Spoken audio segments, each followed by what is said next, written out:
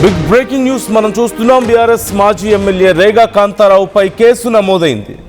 పెళ్లి పేరుతో లైంగికంగా వేధించాడంటూ యువతి ఫిర్యాదు చేసింది. పంజాగుట్ట పోలీస్ స్టేషన్లో కాంతారావుపై కేసు నమోదైంది. విఎన్ఎస్ 69తో పాటుగా 351 సబ్సెక్షన్ 2 సెక్షన్ల క్రింద కేసులు నమోదయ్యాయి. యూట్యూబ్ ఛానల్ పేరుతో ఫ్లాట్కి పిలిపించి కాంతారావు తనని వేధించారంటూ ఒక యువతి ఆరోపణలు చేసింది. తనకు తెలియకుండానే వీడియోలు కూడా తీశారంటూ బాధితురాలు చెప్తోంది. రియల్ ఎస్టేట్లో పెట్టుబడుల పేరుతో డబ్బులు తీసుకున్నారన్న యువతి తన ఫోన్ యాక్సెస్ చేసి తన ఫ్రెండ్కు సైతం కాంతారావు మెసేజ్లు పంపారంటూ చెప్తోంది. యువతి ఫిర్యాదు ఆధారంగా ఇప్పుడు పోలీసులు దర్యాప్తు చేస్తున్నట్లుగా తెలుస్తోంది. ఒక యూట్యూబ్ ఛానల్ కోసమని పిలిచి తనని ఇబ్బంది పెట్టాడని, అలాగే కొన్ని వీడియోలు కూడా తీశారని, తన ఫోన్ తీసుకొని తన ఫోన్ని యాక్సెస్ చేసి తన ఫ్రెండ్కి మళ్ళీ మెసేజ్ చేశాడని, ఇలా చాలా ఆరోపణలు చేస్తూ కేసు పెట్టినట్లుగా తెలుస్తోంది. ఇప్పుడు ఈ అంశం సంచలనంగా మారింది. మనం చూస్తున్నాం. ఆ కంప్లైంట్ కాపీకి సంబంధించిన డీటెయిల్స్ కూడా నేను మీకు చూపించే ప్రయత్నం చేస్తున్నాను. ఈ అంశానికి సంబంధించి మరిన్ని డీటెయిల్స్ తెలుసుకుందాం. నిర్మల జాయిన్ అవుతున్నారు. నిర్మల, అసలు ఏం జరిగింది ఈ కేసుకు సంబంధించి? అంటే తనని ఇబ్బంది పెట్టారని ఏమేం కేసులు నమోదవుతున్నాయి, అసలు ఏమేం ఆరోపణలు చేస్తుందా యువతి, డీటెయిల్స్ ఏంటి? ఎస్ నందు, ఈ కేసు మాత్రం పంజాగుట్ట పిఎస్ పరిధిలో కూడా ఈ నెల 26వ తారీఖున ఎఫ్ఐఆర్ ఫైల్ అయినట్టుగా కూడా తెలుస్తుంది. పోలీసులు వెల్లడించిన వివరాల ప్రకారము ఇక్కడ ఈ అమ్మాయి మాత్రము ఈ అమ్మాయి పైన రేగా కాంతారావు అంటే బీఆర్ఎస్ పార్టీకి సంబంధించిన మాజీ ఎమ్మెల్యే కూడా తను అలాంటిది తను వేధింపులకు గురి చేశాడు. అంటే తన దగ్గరికి ఒక యూట్యూబ్ ఛానల్ పెడుతున్నాను, యూట్యూబ్ ఛానల్లో ఇంటర్వ్యూకి రండి, మీకు జాబ్ ఇస్తాను అని చెప్పేసి పిలిపించినట్టుగా కూడా తెలుస్తూ ఉంది. ఆ జాబ్కి రమ్మని చెప్పి కూడా ఈ అమ్మాయిని లైంగికంగా వేధింపులకు గురి చేయాలని ప్రయత్నించాడు. అదేవిధంగా కూడా నా ఫ్రెండ్స్ ద్వారా కూడా నా డీటెయిల్స్ కనుక్కున్నాడు అని చెప్పేసి అమ్మాయి ఆరోపణ చేస్తూ కంప్లైంట్ ఇవ్వడం కూడా జరిగింది. ఆ ఫిర్యాదులో పేర్కొన్న అంశాల ద్వారానే పోలీసులు కూడా కేసు దర్యాప్తు చేస్తూ ఉన్నారు. అలాగే కేసు నమోదు చేసుకున్నారు, ఎఫ్ఐఆర్ కూడా ఫైల్ చేశారు.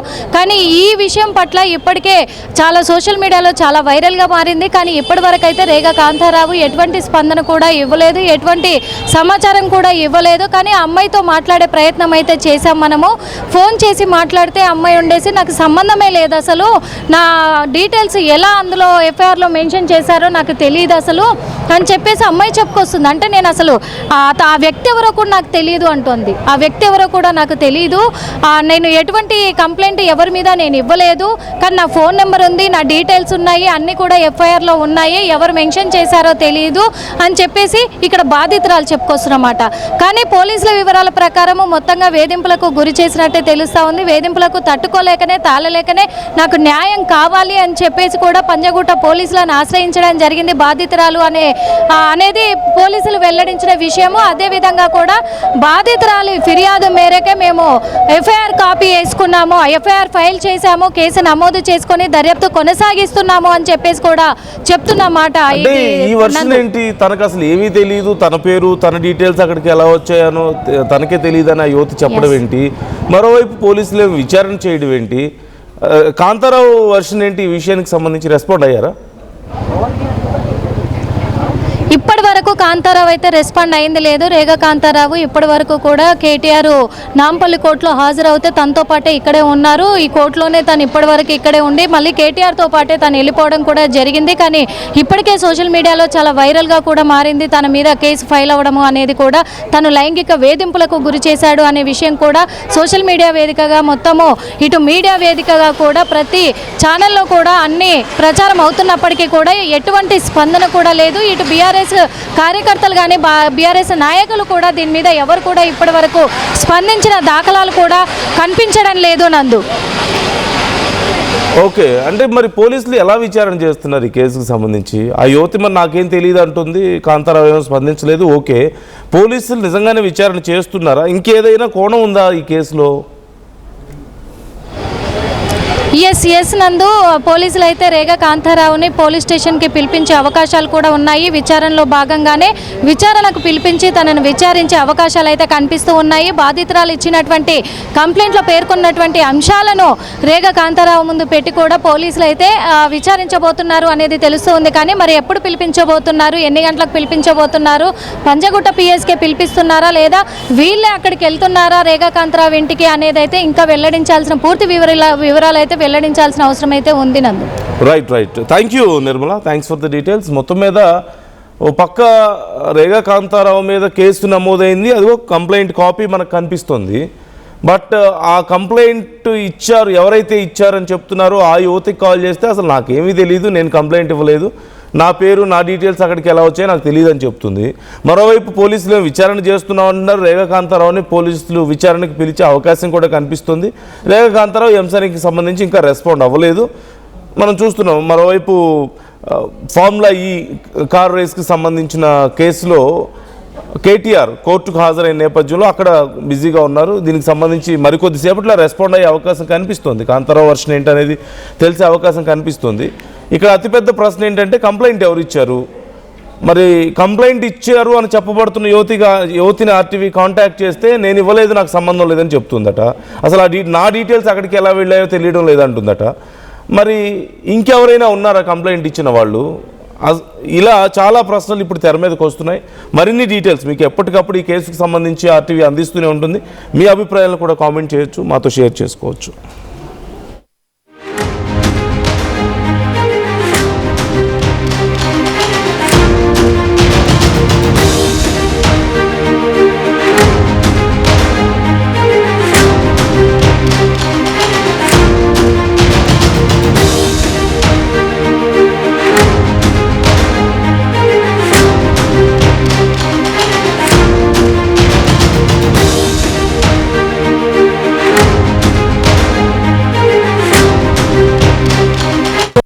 పండుగ జోర్దార్గా చేయాలని ఆలోచన చేస్తున్నారా? అయితే కిసాన్ ఫ్యాషన్ మాల్ లో అద్రిపోయే ఆఫర్లున్నాయి. జోర్దార్గా షాపింగ్ చేయండి. పండుగైనా దావత్ అయినా పట్టైనా ఫ్యాషన్ అయినా కిసాన్ ఫ్యాషన్ మాల్.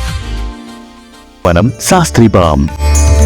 ఏం కొన్నావురా? అమ్మకి 10, అత్తమ్మకి 6, అమ్మమ్మకి 4 కేజీలు చీరలు మావా. అబ్బో ఇక్కడ కేజీ చీరలు కొంటే అర కేజీ చీరలు ఫ్రీ అంట. Churidar, men's wear, kids wear 1+1, 2+1 మస్తు ఆఫర్లు ఉన్నాయి. మరి ఇంకా మాంగళ్య ఆషాఢం కేజీ సేల్ అంటే తెలుసు కదా. మాంగళ్య షాపింగ్ మాల్, కేజీల్లో సేల్, టన్నుల్లో ఆనందం. అందరికీ నమస్కారం, నేను మీ అనసూయ భారద్వాజ్. ఆషాఢ మాసం సందర్భంగా మన కాసన్ ఫ్యాషన్స్ ఏపీ అండ్ తెలంగాణలోని 24 స్టోర్స్ లో సరికొత్త ఆఫర్స్ తో మీ ముందుకు వస్తుంది. అంతేకాదంలో ఈ ఆషాఢ మాసంలో మన ప్రత్యేకత, కిలో చీరలు కొనండి, అర కిలో చీరలు ఉచితంగా పొందండి. Pure in its form with grace made noble.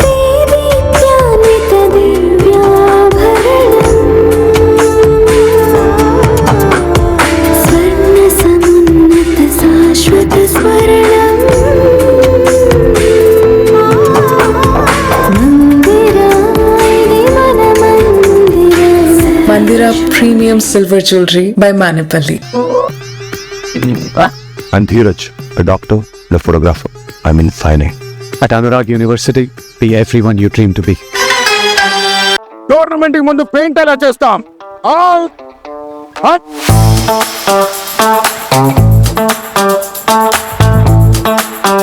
Plan అయితే చాలా బాగుంది సార్, స్టేడియం పరిస్థితి చూడండి. టోర్నమెంట్ ముందు పెయింట్ ఎలా చేస్తాం? టెక్నో పెయింట్స్ ఉందిగా. Techno paints, township, dam, stadium లేదా మనీళ్లు, పెయింట్స్ నుంచి పెయింటింగ్ వరకు పూర్తి సొల్యూషన్ కావాలంటే మేమున్నాం. కానీ సార్, టైం కి పూర్తవుతుందా? రోజుకు 23 లక్షల స్క్వేర్ ఫీట్ పెయింటింగ్ చేయగల సామర్థ్యం, 5,000 మంది స్కిల్డ్ లేబర్ టీమ్ మా వెంట ఉంది. 23 లక్షల? అవును, ప్రపంచ స్థాయి రంగులు, అద్భుతమైన షేడ్స్ తో భారతదేశపు అసలైన పెయింట్ మరియు పెయింటింగ్ శక్తిని మేమే. We are techno paints. Techno paints.